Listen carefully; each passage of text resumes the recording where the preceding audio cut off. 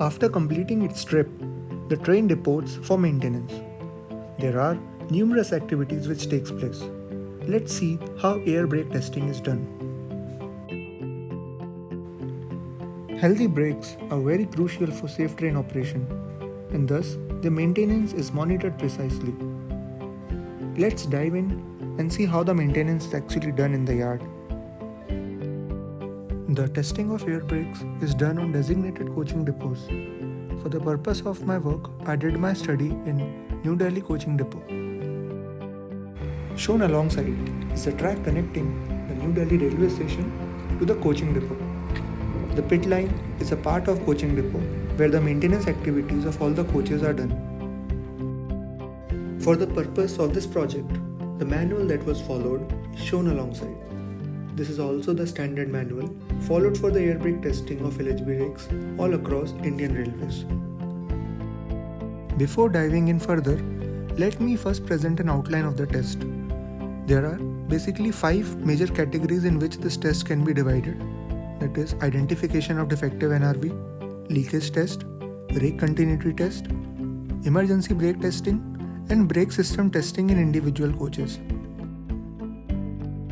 To start the test rig is coupled to the BP and FP. Test rig functions in the same way as a locomotive, so as to supply the compressed air to the brake pipe and feed pipe. Angle cock is then turned for connecting the rake test rig to the rake, and then feed pipe is charged to its full capacity, that is 6 kg per centimeter square. Now we are ready for the tests, so let's start.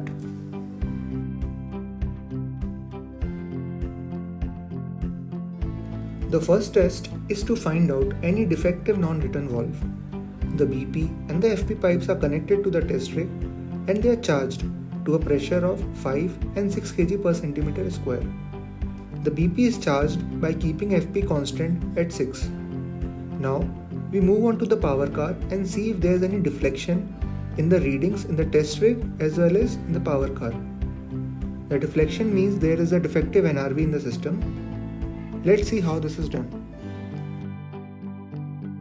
Have a look at how the hoses are coupled to the test rig, and BP is charged after charging the feed pipe.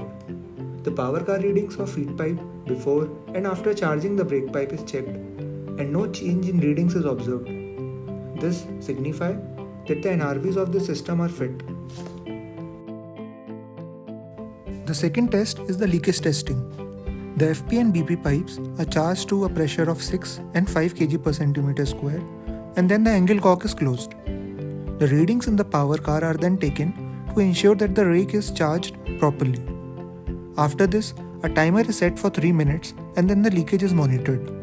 After 3 minutes, the pressure in BP and FP should not reduce by more than 0.6 kg per centimeter square. So, how it's done? Let's have a look.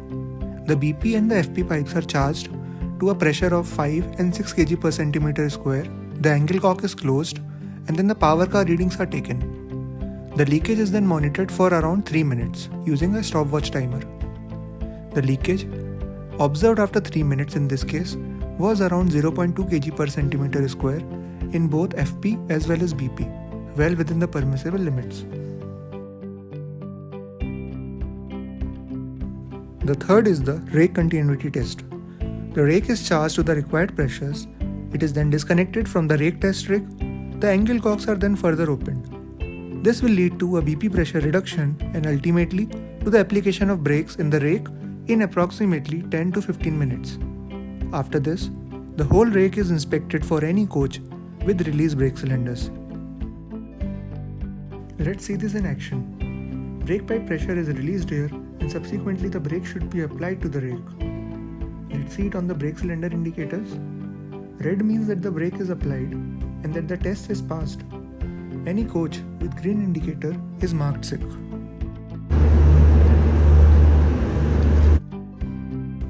The fourth is the emergency brake test. The pressure supply from the test rig is closed and the emergency guard van valve is operated from the power car of one side and observed on both the sides. After opening the valve, the BP pressure should reduce to 0 in 25 to 30 seconds on the first side and 40 to 50 seconds on the other side. However, if there is sufficient lag in timings, there might be some blockage that should be addressed. The process is then repeated from the other sides and readings are noted. So let's have a look on how it's done. Shown alongside are the videos of the readings taken in front and the rear power car at the same time when the emergency valve is operated.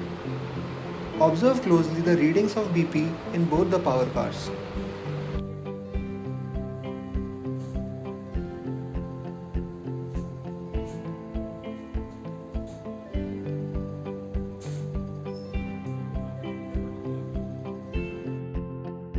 And now we move on to the final part of air brake testing. The pipes are detached from the rig and brake is thus applied in the whole rake. After this, the brake is released in all the coaches manually except the first 3 coaches. Yes, make sure the first 3 coaches are not released.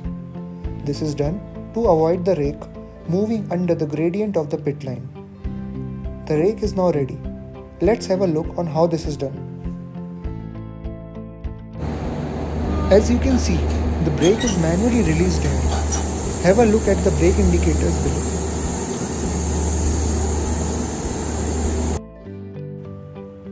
For added safety, wooden block sleepers are also applied in the front 3 coaches to prevent their movement under the gradient.